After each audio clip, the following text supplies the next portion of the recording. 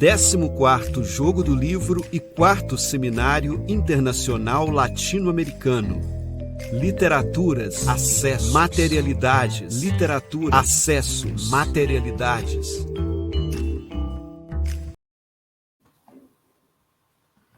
Olá, hoje estamos aqui para conversar com uma pessoa muito querida, muito amiga, num podcast que a gente vai falar para o 14º Jogo do Livro e 4º Seminário Internacional Latino-Americano, que é um evento promovido pelo Grupo de Pesquisa do Letramento Literário, o GEPEL, que integra o CEALI, Centro de Alfabetização, Leitura e Escrita da Faculdade de Educação da UFMG.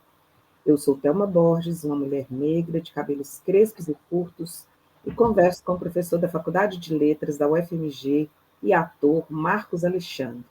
Eu, daqui do meu escritório, rodeada de livros, tenho a honra de fazer esse bate-papo sobre uma das grandes escritoras da atualidade, ninguém menos do que Conceição Evaristo. Uma mulher que tem contribuído muito para se pensar, a partir da literatura, a condição do povo afro-brasileiro e também, e especificamente, das mulheres negras brasileiras.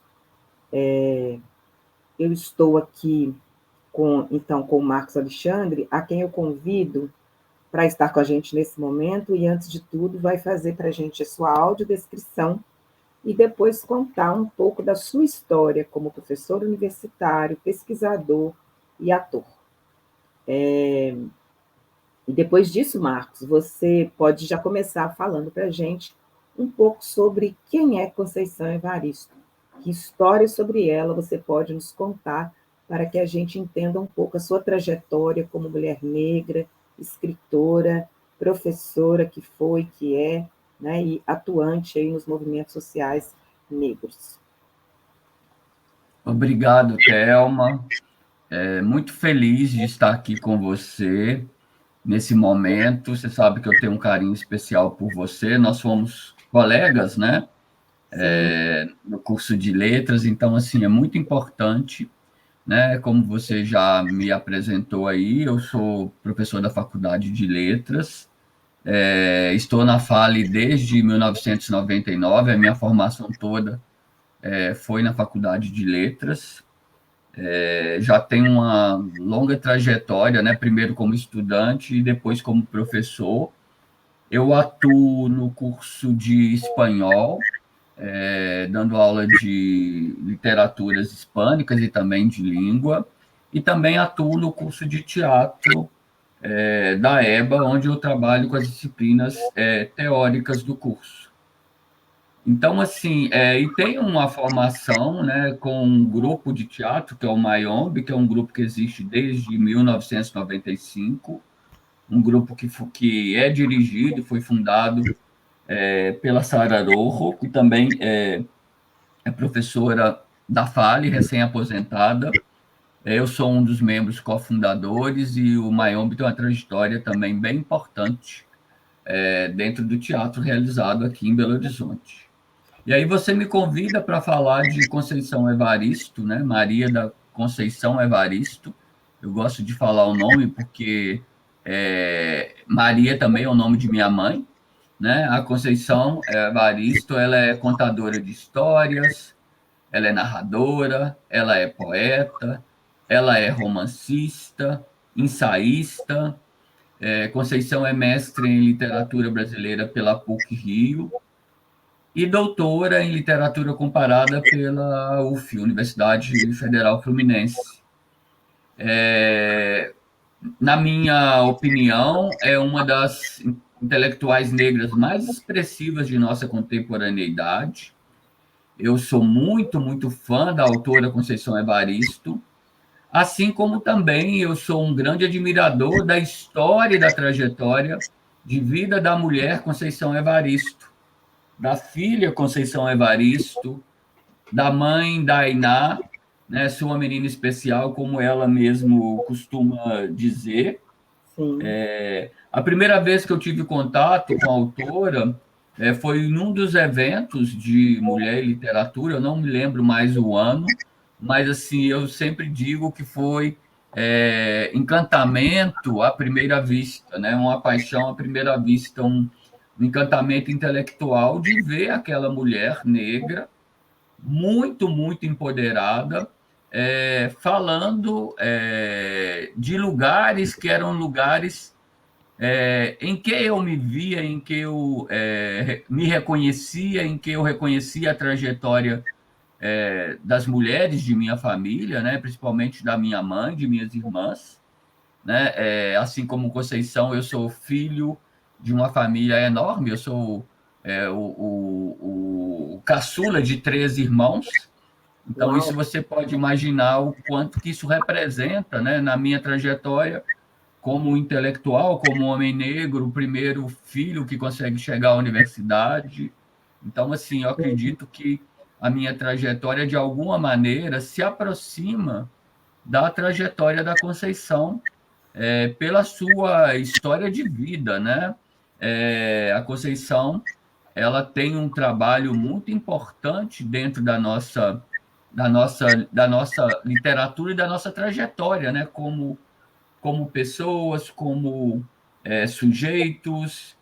É uma mulher muito especial e esse encantamento que se deu no primeiro momento, ele se concretizou depois, né, a partir dos estreitamentos, né, que a vida foi nos oferecendo.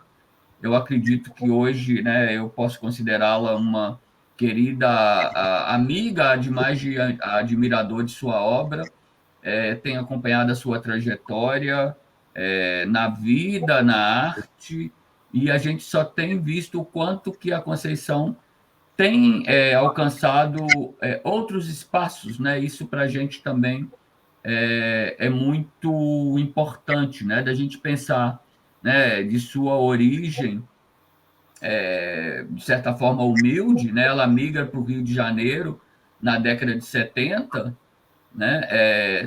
Faz letras pela UFRJ, trabalhou como professora da rede pública de ensino fundamental, né, na capital fluminense, e teve uma longa trajetória já depois, né, de ter uma trajetória, digamos, profissional realizada, ela inicia os seus estudos, né, na pós-graduação e não para, né? Conceição é uma mulher que está sempre além do seu tempo, é incansável na sua arte de escrita, de escuta. Ela tem uma escuta especial para o mundo, sabe? Eu acho que a sua obra nos representa em muitos aspectos e tem muito de uma possibilidade de inscrição performativa, de ler o seu entorno, né? De ler o mundo que, de alguma maneira, do mundo em que ela está presente, em que ela se faz presente a partir de sua trajetória e de sua obra. Eu acho que, no primeiro momento, é isso. Você tem que me cortar, Thelma, porque eu tendo a falar muito. Pode deixar, então, vou engatar uma questão aí na outra, porque é o seguinte, né? A Conceição é dona de uma obra muito prolífica, ela tenta todos os gêneros. Outro dia, numa entrevista que ela dava para um evento da Faculdade de Educação, ela disse que estava, há um tempo, escrevendo um rap, né? Que é algo muito difícil, mas ela estava tentando. Então, assim, eu acho que assim como Carolina de Jesus, que dizia ser uma mulher ousada, a Conceição também é uma mulher ousada, né? E são duas grandes representantes dessa ousadia das mulheres negras na literatura e acho que exemplos fundamentais para a gente. Mas tem uma coisa que me chama a atenção em relação a Conceição Evaristo, é porque a gente sabe que ela começou a escrever muito cedo, né? Ela, inclusive, quando ela publica aquele livro que se passa aqui em Belo Horizonte, gente, agora o título do livro eu esqueci. Beco da Memória. Beco da Memória, né? A memória falhando, olha. Então, Beco da Memória é um livro que ela começou a escrever muito cedo, só publicou muito tardiamente, sabe? Então, eu fiquei me perguntando, né? por que, tendo Conceição começado a escrever ainda cedo, ela só tem alcançado condições de tornar pública sua obra quando ela já estava, né, mais velha, mais madura. E qual é o problema, Marcos, se você considera que a gente enfrenta no mercado editorial que possa ter impedido Conceição de publicar antes de ter alcançado, digamos assim, certo espaço no campo profissional? Pois é, Thelma, isso eu acho super interessante, essa sua proposição, e eu acho importante que a gente comente também, né? Primeiro, eu quero falar, já que você fez menção aí ao rap, é que eu estou na grande expectativa também de ver esse rap, porque eu já ouvi Conceição em outros momentos também falar, né, sobre essa composição do rap, e eu acho que a linguagem que ela trabalha já está no caminho, né? E ela mesmo, já eu escutei ela falando também, né, do contato que ela tem com esses jovens, né, MCs, então, assim, tem uma grande expectativa de ver o que vem para a gente, né? Mas a Conceição, como várias outras autoras negras, né, ela tem os seus primeiros textos publicados no Cadernos Negros, né, do grupo Quilombo. Hoje ela estreia na década, né, ela estreia na literatura, digamos, em 1990, né, publicando contos e poesia em Cadernos Negros. E Cadernos Negros também eu vejo como o grande referencial para os escritores negros, né, tanto contemporâneos quanto, digamos, da faixa etária da Conceição Evaristo. Vários autores começaram, né, no campo da literatura escrevendo para Cadernos Negros. E com a Conceição não é diferente. Isso que você coloca, né, dela começar a publicar tardiamente, também eu acredito que tem a ver, né, com o corre cotidiano, né? Nós, sujeitos e sujeitas, negros e negras, né, eu diria que o nosso tempo, ele é um tempo um pouco diferenciado, um tempo dilatado, né? Então, assim, acho que o primeiro momento na vida da Conceição, né, o fato dela sair de Belo Horizonte, ir para o Rio de Janeiro, né, se consolidar como professora dentro do Rio de Janeiro, a partir do momento que ela tem essa possibilidade, é que ela pode e começa a se dedicar a sua poética, né, a sua escrita. E isso acho que acontece com várias outras autoras e autores negras e negros. E a gente tem ainda a questão, como você colocou, dos editoriais, né? As editoras nem sempre estiveram abertas à publicação, né, de autores negros. A gente sabe, você citou a Carolina Maria de Jesus, como foi, né, difícil para a Carolina, né, se inserir também no mercado editorial, né, mas ela esteve presente, né, e de alguma maneira, com a Conceição Evaristo, também não foi tão fácil assim, digamos, né? Você fez menção a Becos da Memória, né? A Conceição já falou em vários momentos, em várias entrevistas, que ela escreve Becos da Memória antes de Ponciar Vicêncio. Mas, por casualidades do destino, digamos assim, né, ela publica primeiro o Ponciar e logo depois ela é incentivada a publicar Becos da Memória, né? A partir do momento que o Paulo Lins, né, publicou o texto que virou até filme, né, a Conceição ficou, digamos assim, pensando, né, mas espera aí, o Becos tem uma trajetória de escrita parecida, mas é um outro viés, é um outro olhar em relação às comunidades, né, as comunidades periféricas. Então, assim, mas depois ela, digamos que ela enganchou na sua poética e não parou de publicar mais, né? Os textos dela têm sido publicados em vários idiomas, em vários países. Então, isso tudo é importante para a gente poder pensar que a trajetória dela, enquanto intelectual, ela foi, né, ela começa, né, já, digamos, como uma mulher madura, né, não sei se essa é a melhor palavra, mas assim, que ela já estava experiente, né, e consolidada como professora, e a partir daí ela pode se dedicar de forma melhor, né, à sua poética, à sua literatura. Tanto, né, que depois que ela aposentou, ela passou a dedicar-se quase que integralmente, né, à sua arte. Sim, e realmente isso é muito bom, porque quem tem a ganhar somos nós, seus leitores, somos nós brasileiros, né? São seus leitores também em outros países.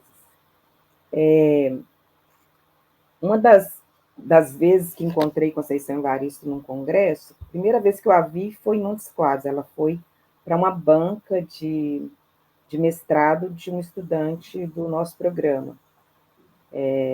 Foi o primeiro ano das nossas defesas lá na Unimontes. E depois eu me reencontrei com Conceição num congresso em Teresina, no ano de 2015, né? Uma coisa que chamou muita atenção é o fato de que a Conceição Evaristo, ela vai e leva consigo a sua obra para vender, né? Isso me chamou muita atenção, porque, assim, ela sempre publicou por pequenas editoras, sempre fez questão de valorizar as editoras que tinham esse trabalho com a temática negra, ou que tinham um selo, que eram diretamente voltadas, né, para os temas negros. Então, assim, é um compromisso, é uma responsabilidade, é uma postura ética que eu considero muito forte, né? E um outro ponto também que me chama muita atenção, né, é o fato de o quanto que Carolina, desculpa, o quanto que Conceição, né, está aberta para o exterior, né? Ela tem obras publicadas em vários países. E aí eu queria saber, Marcos, se você acredita, assim, qual é a sua posição em relação, assim, ao fato de...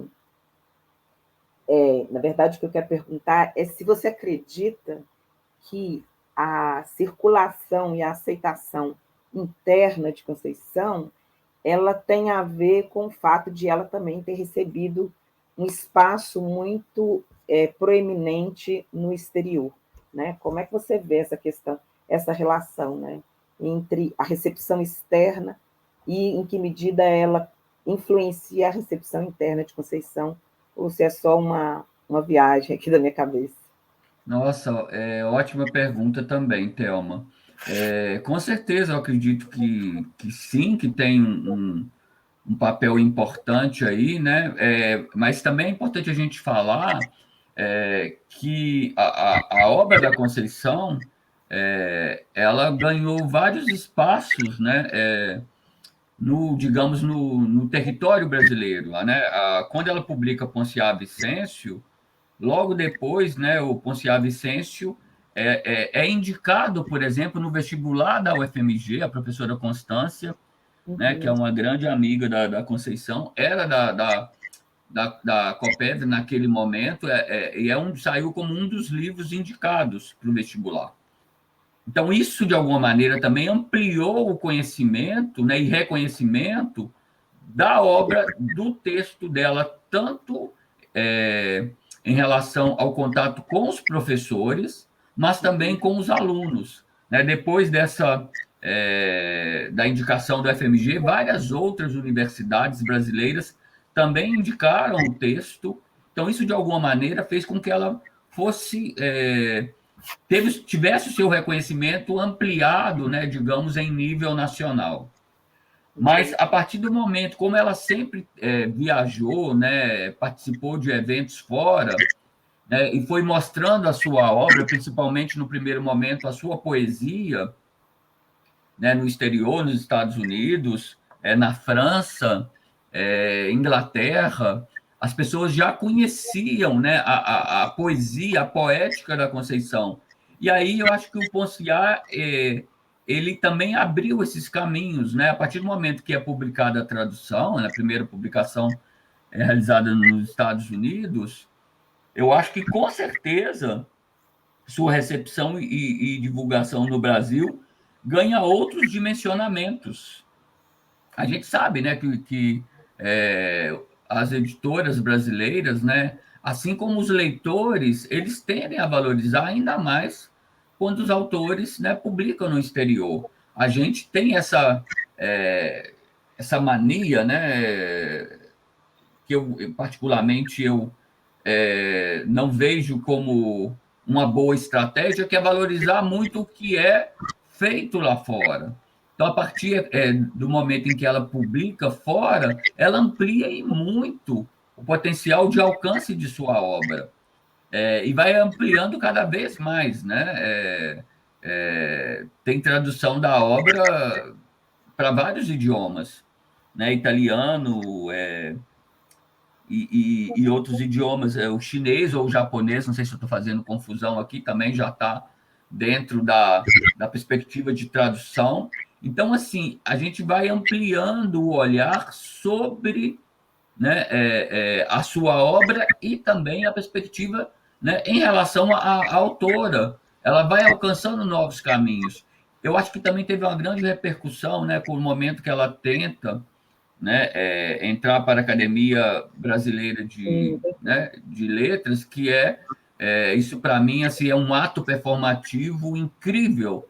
Acredito que ela já deveria estar lá há muito tempo, mas a gente sabe também que a academia, né, é um espaço patriarcal, né, e o que tudo isso representa, mas o fato de ela subir as escadas para entregar a sua proposta, isso é inesquecível, isso já faz com que a obra dela ganhe uma dimensão maravilhosa, né? E isso a gente vê de como que ela tem sido recebida em vários programas de televisão.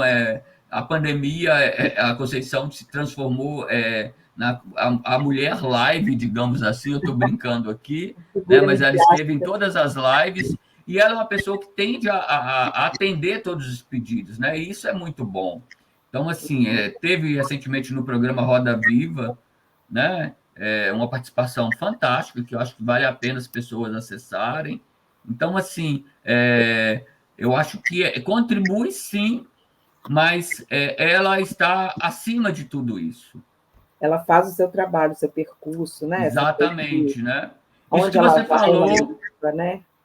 isso que você falou, né? De pegar os seus livros e sair divulgando nos eventos que ela sempre foi, vendendo o seu material, né? De publicar como autoras, né? Não tão conhecidas como a Masa, publicou seu primeiro texto, a Nandiala, agora recentemente a Malê, né? E até a Palas, né? Que publicou o Olhos d'Água e tem divulgado para todo o Brasil e para as escolas, né? Conceição passou a ser lida nas escolas por alunos, né? Do ensino fundamental e médio. Isso é muito importante para mim. Com certeza. O Marcos, você falou aí do programa Roda Viva em relação à Academia Brasileira de Letras. Eu lembro que foi feita a ela a pergunta, né, se ela tentaria de novo entrar para a Academia de Letras. E ela deu uma resposta muito bonita, né? Ela disse: não, a minha parte eu já fiz. Eu abri caminho para que outros possam vir. Então, ela reconhece, né, a importância que tem seu gesto para a comunidade negra que escreve e que não tem ainda esse devido espaço. Se é que também ele importa, né? Tem essa dimensão, porque eu acho que outras formas de pertencimento vão sendo construídas. Eu acho que, nesse momento, a universidade, né, a pesquisa que nós fazemos no campo da literatura, ela tem muita importância para dar esse destaque que Carolina vem recebendo, né, nacional e internacionalmente, né? Gente, eu estou Conceição. na cabeça, porque eu passei o último mês estudando Carolina para uma live. Pois é. E aí, como a Conceição é curadora da obra dela agora, né, pela Companhia das Exato. Letras, eu fiquei meio que misturada, mas eu peço desculpas aí por essa gafe. Mas eu sei que a Conceição não há de ficar triste com essa aproximação. Eu queria aproveitar, então, Marcos, para a gente falar um pouco sobre um trabalho que você fez, né, que aí tem a ver com a Carolina na academia, né, que foi um livro que você publicou, Representações Performáticas Brasileiras, Teorias Práticas e Suas Interfaces, né, você foi o organizador, publicou pela Masa, e nesse livro há um capítulo, né, o primeiro texto é da Conceição, intitulado Da Grafia, Desenho de Minha Mãe, um dos lugares de nascimento da minha escrita. E aí é muito interessante porque ela vai mostrar imagens. Eu destaquei 4 imagens que para mim são muito potentes e eu queria enumerá-las para depois te fazer aqui uma pergunta, né? A primeira delas, ela diz da mãe escrevendo com graveto no chão, né, no chão barrento, a mãe desenhando um sol e as filhas acompanhando ali aquele movimento do corpo da mãe. Quer dizer, a escrita, ela emerge como um gesto performativo do corpo como um todo, porque o corpo todo se movimenta no sentido de construir essa imagem no chão, né? Essa escrita no chão. Depois tem uma segunda imagem, que é uma lista de roupas, que era acompanhada com as trouxas de roupas que elas lavavam em casa. Minha mãe também já foi lavadeira e eu lembro das listas que vinham, né? E essas listas a gente tinha que depois prestar contas para a patroa para saber se elas não tinham misturado roupas com as de outros clientes ou com as da própria casa, né? Ou então desaparecido com algumas roupas. Para Conceição, essa também é uma imagem muito forte, né? E uma terceira imagem é quando elas tinham que fazer a lista de mantimentos com os preços para que fosse tudo muito bem calculado, de modo que o orçamento, né, minguado da família desse conta de comprar o máximo possível de mantimentos para passarem o mês. E depois tem a tia da Conceição, com quem ela cresceu, né, que cuidou dela numa fase da vida, que ajudou a criá-la. A tia tinha o hábito de anotar, né, os acontecimentos do cotidiano. Ela fazia uma espécie de microhistória da vida da família e dos moradores da favela, né? Então eu fiquei pensando se, como esse texto está num livro que discute, né, a representações performativas brasileiras, eu fiquei me perguntando, né, em que medida, né, você acredita, né, que essas cenas elas contribuem para a performance criativa da Conceição Evaristo? Nossa, Théo, uma ótima pergunta também.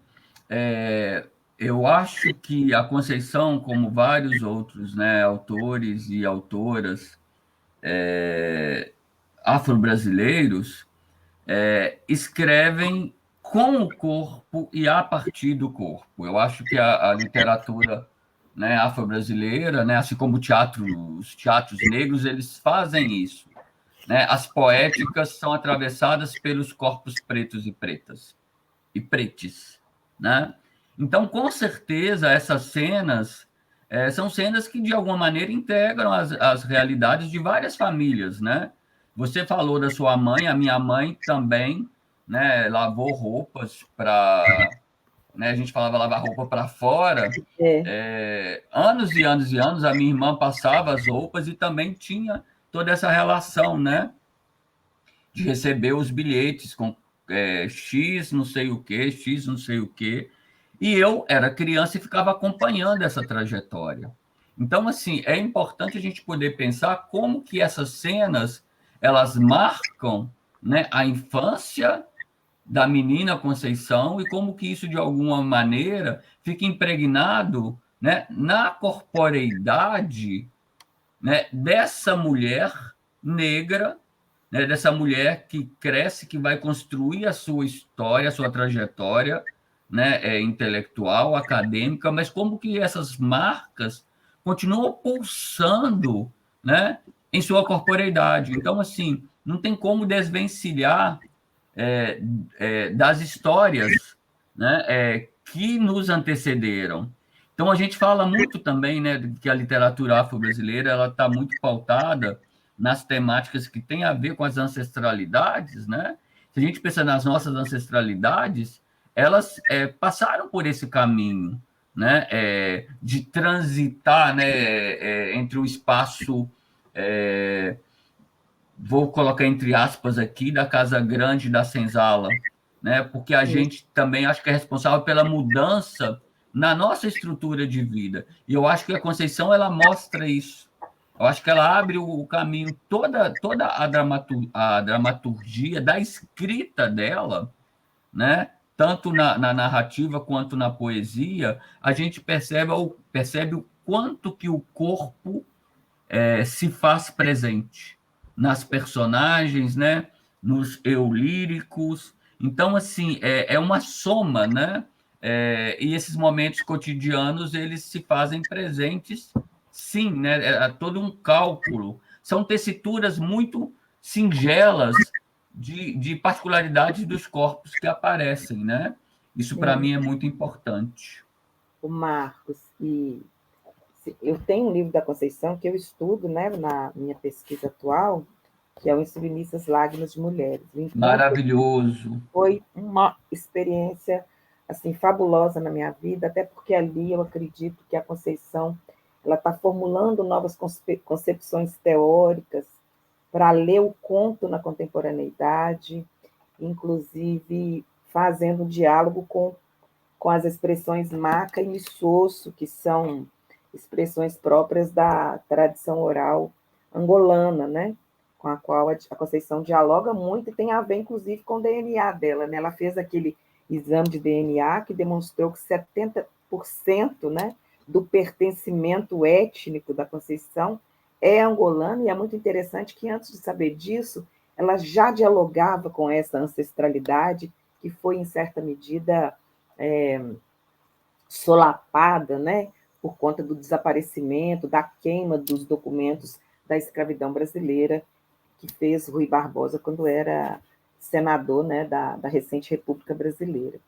Então, eu acho que esse livro, para mim, é um marco na minha relação com a Conceição Evaristo, né, por isso que eu acho que eu tenho pesquisado há tanto tempo, e ele me leva, né, aqui a te pedir para a gente falar um pouco sobre esse termo escrevivência, né, que virou moda, às vezes, na boca das pessoas, mas nem sempre as pessoas têm clareza do que é, na perspectiva teórica, como foi montado esse conceito pela Conceição Evaristo, né, e como que isso se manifesta na sua literatura.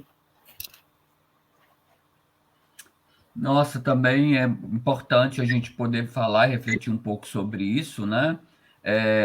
A Conceição, ela sempre, né, quando ela vai falar sobre Ponciá Vicêncio, ela relata que muitos leitores, né, já inquiriram se ela é Ponciá, né? E ela já comentou também que muitas vezes as pessoas a chamam de Ponciá, né?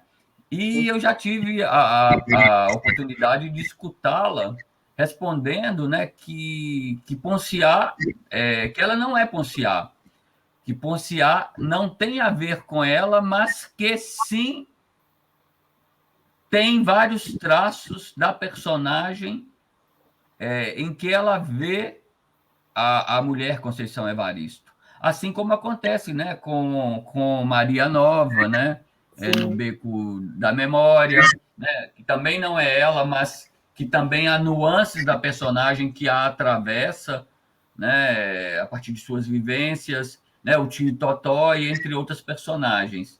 Então, assim, quando você pauta a ideia de escrevivência, né, de alguma maneira, como que as nossas vivências, as nossas experiências de vida, elas, de alguma maneira, elas podem ser ficcionalizadas e levadas, né, para o campo da poética da autora. Então, assim, há vários elementos que estiveram presentes, que a atravessaram enquanto mulher, enquanto criança, ela se apropria desses elementos e leva esses elementos para sua obra narrativa, poética. Então, assim, tem, de alguma maneira, uma escrita de si aí, entre aspas, né?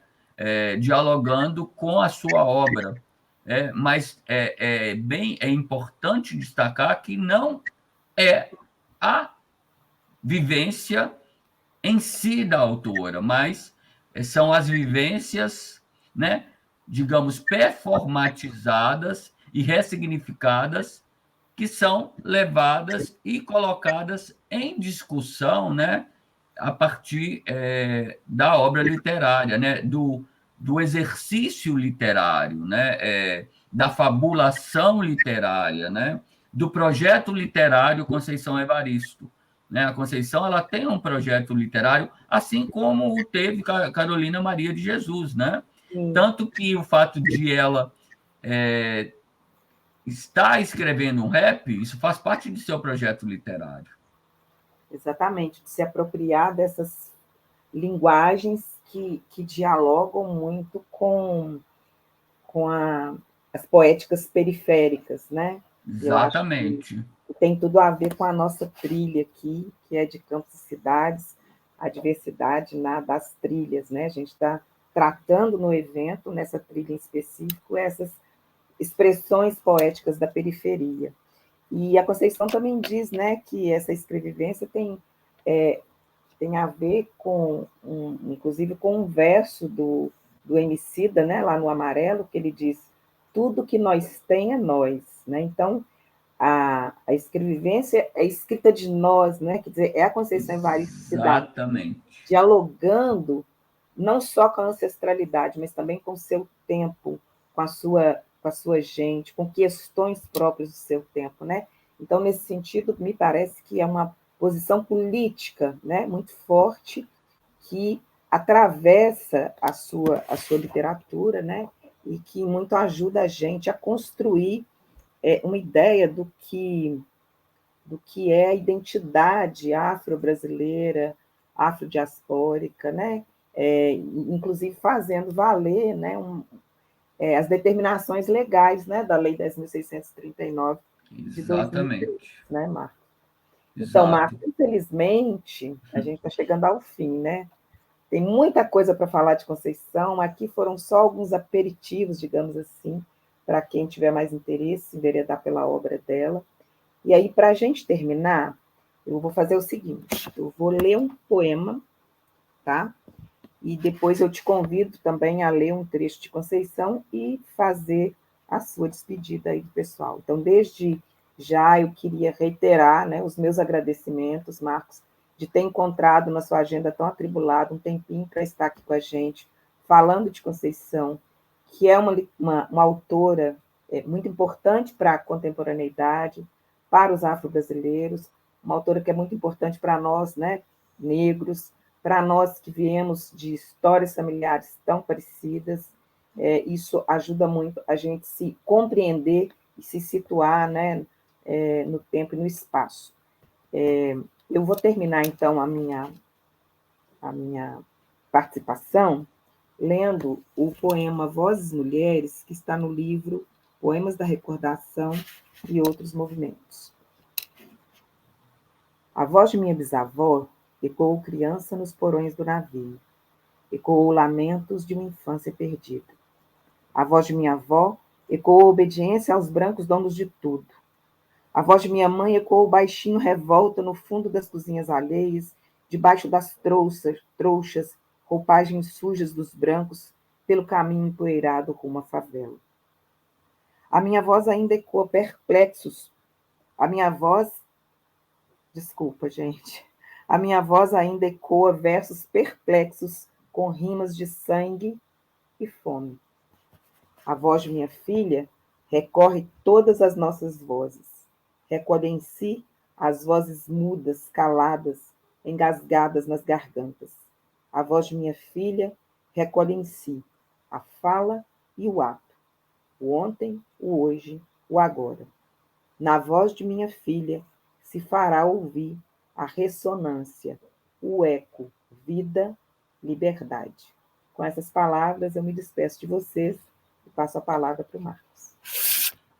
Lindo, Thelma, lindo. Eu só gostaria de agradecer pela oportunidade de poder falar um pouco sobre o Conceição, que eu amo tanto, E eu escolhi um fragmento do Olhos d'Água, que é um dos meus textos prediletos, que eu já vi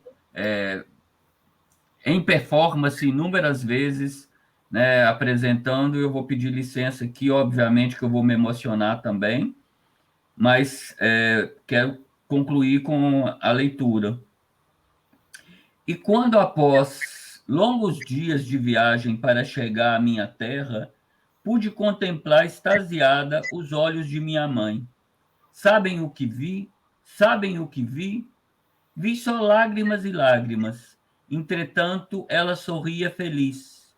Mas eram tantas lágrimas que eu me perguntei se minha mãe tinha olhos ou rios caudalosos sobre a face. E só então compreendi. Minha mãe trazia serenamente em si águas correntezas. Por isso, prantos e prantos a enfeitar o seu rosto. A cor dos olhos de minha mãe era a cor de olhos d'água, águas de mamãe Oxu, rios calmos, mas profundos e enganosos para quem contempla a vida apenas pela superfície. Sim, águas de mamãe Oxum. Abracei a mãe, encostei meu rosto no dela e pedi proteção. Senti as lágrimas dela se misturarem às minhas. Hoje, quando já alcancei a cor dos olhos de minha mãe, tento descobrir a cor dos olhos de minha filha. Faço a brincadeira em que os olhos de uma se tornam o espelho para os olhos da outra. E um dia desses me surpreendi com o gesto de minha menina. Quando nós duas estávamos nesse doce jogo, ela tocou suavemente no meu rosto, me contemplando intensamente. E, enquanto jogava o olhar dela no meu, perguntou baixinho, mas tão baixinho, como se fosse uma pergunta para ela mesma, ou como estivesse buscando e encontrando a revelação de um mistério ou de um grande segredo. Eu escutei quando, sussurrando, minha filha falou: Mãe, qual é a cor tão úmida de seus olhos?